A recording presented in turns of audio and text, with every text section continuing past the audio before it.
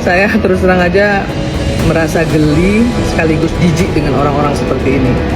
Mereka seolah-olah merasa paling benar, paling bersih, paling hebat ya, dan seolah-olah paling Indonesia, paling ingin membersihkan Indonesia, paling ingin berjasa kepada Indonesia.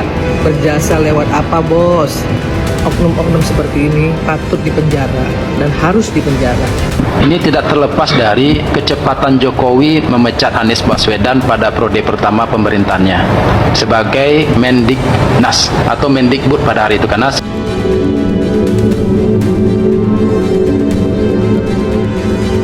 aturan MK yang baru bahwa yang namanya pejabat negara yaitu kemudian tidak lagi bisa menggunakan pasal 27A itu menarik. Pak Jokowi itu sekarang adalah Dewan Pengarah di Danantara, pakai uang rakyat juga gajinya gitu, dan dia tidak boleh sebenarnya menggunakan pasal itu karena bukan sebagai rakyat biasa lagi. Jadi ini memang benar banget ya, seorang yang masih pejabat negara mempidanakan rakyatnya. Nah itu sebentar, itu saya harus klarifikasi dulu di situ bahwa Pak Jokowi dibilang seakan-akan adalah pejabat negara sebagaimana dalam putusan Ada MK kepresnya, itu. Mas? Nah itu salah, itu saya sebutkan salah besar ya. Karena contoh Dewan Pengarah Danantara ada Ray Dalio di situ. Jadi Ray Dalio pejabat negara Indonesia, Mas? Loh bukan, kalau itu kan dia orang asing. Ya bukan, itu kan ada di itu ada keputusan resminya. Seorang Indonesia, Pak Jokowi itu warga negara jadi Indonesia atau enggak? ada Pak opsi Jokowi itu sedikit warga lagi, negara dirubah Indonesia atau sedikit. tidak? Jadi ada caveatnya di situ gitu ya. Jangan dibelokkan. Enggak, Soalnya Pak dan tentu Jokowi ya, sudah bukan warga negara harus saya Indonesia. klarifikasi juga Mbak Audrey bahwa putusan MK-nya kalau dibaca dengan betul, silakan mungkin teman-teman mahasiswa di sini setelah ini baca pertimbangan hukumnya semua di situ lembaga gitu ya. yang tidak boleh itu adalah Karena lembaga. lembaga negara tidak punya kehormatan. Betul sekali. Ya. Di sini Pak Jokowi secara pribadi yang merasa bahwa dia dicemarkan nama baiknya, difitnah, dan dia melaporkan sebagai pribadi. Jadi itu clear di situ, Mbak. ini adalah kontroversi yang akan terus bergulir sampai 2029. Itu apa? Ini disengaja atau memang diciptakan kontroversinya? Kalau saya melihatnya adalah dari sisi apa? Ini tidak terlepas dari kecepatan Jokowi memecat Anies Baswedan pada periode pertama pemerintahannya sebagai Mendiknas atau Mendikbud pada hari itu, karena seluruh hari ini ada Mendikti segala macam, hari itu satu digabung semuanya menjadi Mendikbud gitu kan, artinya pendidikan. Nah, ini tidak bisa dilepaskan dari benang merah tersebut gitu kan. Nah, berikutnya itu langkah yang pengamanan menurut kami atau menurut saya itu kan, langkah pengamanan untuk mengamankan persoalan mengenai ijazah, apalagi juga Anies adalah seorang tokoh di UGM yang kemudian di irisan berikutnya ada Pratikno selaku juga yang juga rektor di UGM yang kemudian menjadi sama-sama tintang untuk menjadikan Jokowi sebagai presiden. Nah itu stressing pertama. Berikutnya adalah kenapa ini kontroversi yang akan terus bergulir sampai 2029. Ini kalau kita bisa baca sedikit agak lebih membaca situasi politik hukum yang sedang bergerak hari ini. Ini sorotan kemarin sebelum ijazah Jokowi ini menjadi panas, orang seluruh menyorot Gibran. Gibran luar biasa betul disorot oleh publik dengan segala tingkah pergerakan dan segala macamnya dari pergerakan selaku wapres.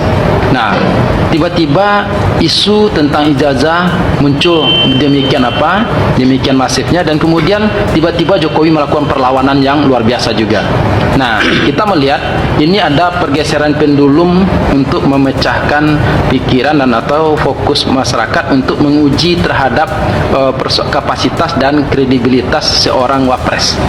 Nah, sebagai seorang yang telah melahirkan tanda kutip anaknya menjadi wapres, saya melihat Jokowi punya kepentingan besar untuk menyelamatkan skoci yang sudah ditanamkannya, yang sedang hari ini berlabuh bersama pemerintahan. Ya, skoci itu harus diambil lagi dan kemudian dia kendalikan lagi sebagai tanggung jawabnya kepada Nyonya juga, supaya Nyonya senang hatinya. Ini bahasa apa ya?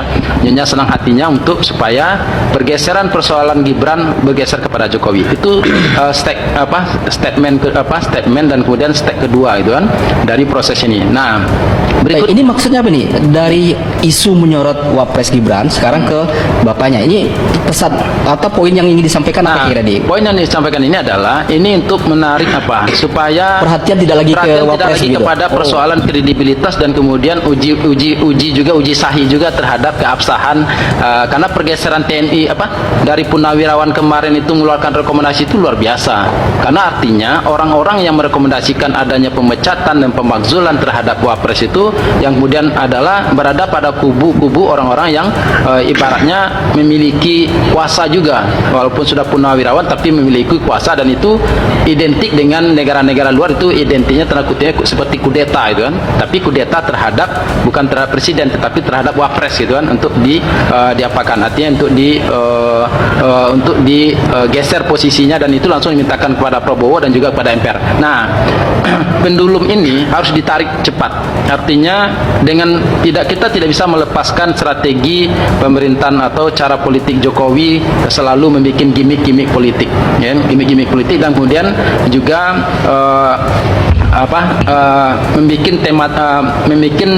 kalau saya memberikan pembahasannya adalah pemerintahan Jokowi itu dibangun dengan tematik, sistem politik tematik. Jadi setiap hari itu harus ada tema terus, setiap saat itu harus ada tema terus, sedangkan tema yang sebenarnya itu akan kabur dengan persoalan tema-tema baru yang dibuat itu kan, itu analisisnya. Nah, lanjut kepada persoalan apa hari ini sesuai dengan pertanyaan Bang Nasran tadi, bahwa Baik, ya, sebelum sampai ke pertanyaan situ, ini menarik.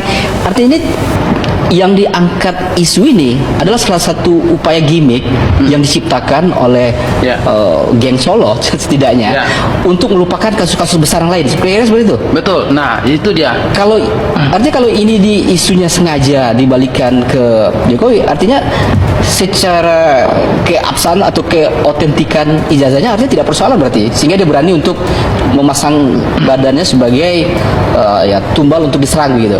Oke. Nah, baik. Kenapa tadi saya menyampaikannya bahwa ini kontroversi yang akan bergulir terus dan tidak akan selesai sampai 2029.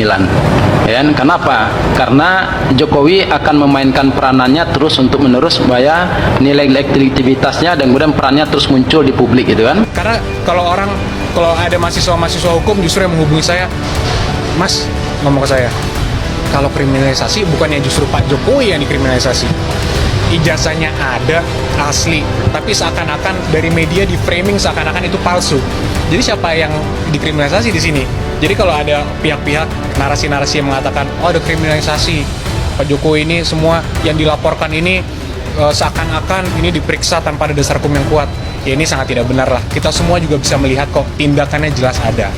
Nanti terbukti atau tidak, ya kita serahkanlah kepada aparat penegak hukum untuk mendalaminya.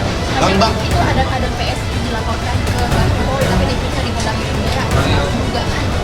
Mengunggah ijazah Pak Jokowi di media sosial X. Bagaimana tanggapan dari Saya rasa secara organik itu adalah salah satu proses yang harus dilalui dalam penyelidikan ya.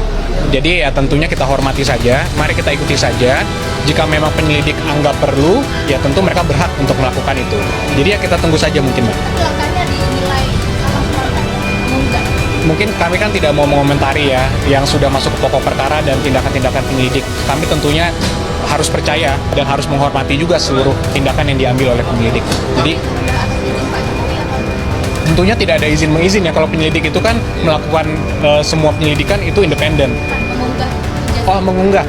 Tentunya Pak Jokowi tidak pernah, ini statement ini sudah saya berikan juga sebelumnya dan saya ulang lagi, tidak pernah memberikan salinan ijazah aslinya kepada siapapun untuk disebarluaskan. Jadi itu yang bisa saya sampaikan mungkin. Saya adalah salah satu kuasa hukum dari Dr. Diva. Perlu saya tekankan, ya kan, bahkan saya berani mengatakan bahwa polisi jika memproses laporan ini adalah pelanggaran undang-undang. Karena ada undang-undang yang mengatur, yaitu Undang-Undang Perlindungan Saksi dan Korban, Undang-Undang Nomor 31 Tahun 2014 yang menyatakan pasal 10, jika ada pelaporan lebih dahulu, maka tidak diperbolehkan dilapor balik dengan pencemaran nama baik. Jadi laporan ini harus selesai dulu, bahkan sampai inkrah. Faktanya ini pada saat TPUA sudah melaporkan tanggal 9, itu Pak Jokowi baru tanggal 30 April kemarin melaporkan. Sedangkan ini belum diproses. Ya kan? Bahkan dikatakan bahwa proses ini adalah yang menarik dilaporkan di Polda, tapi semua bukti-bukti aslinya, khususnya ijazah aslinya itu diberikannya di Bareskrim.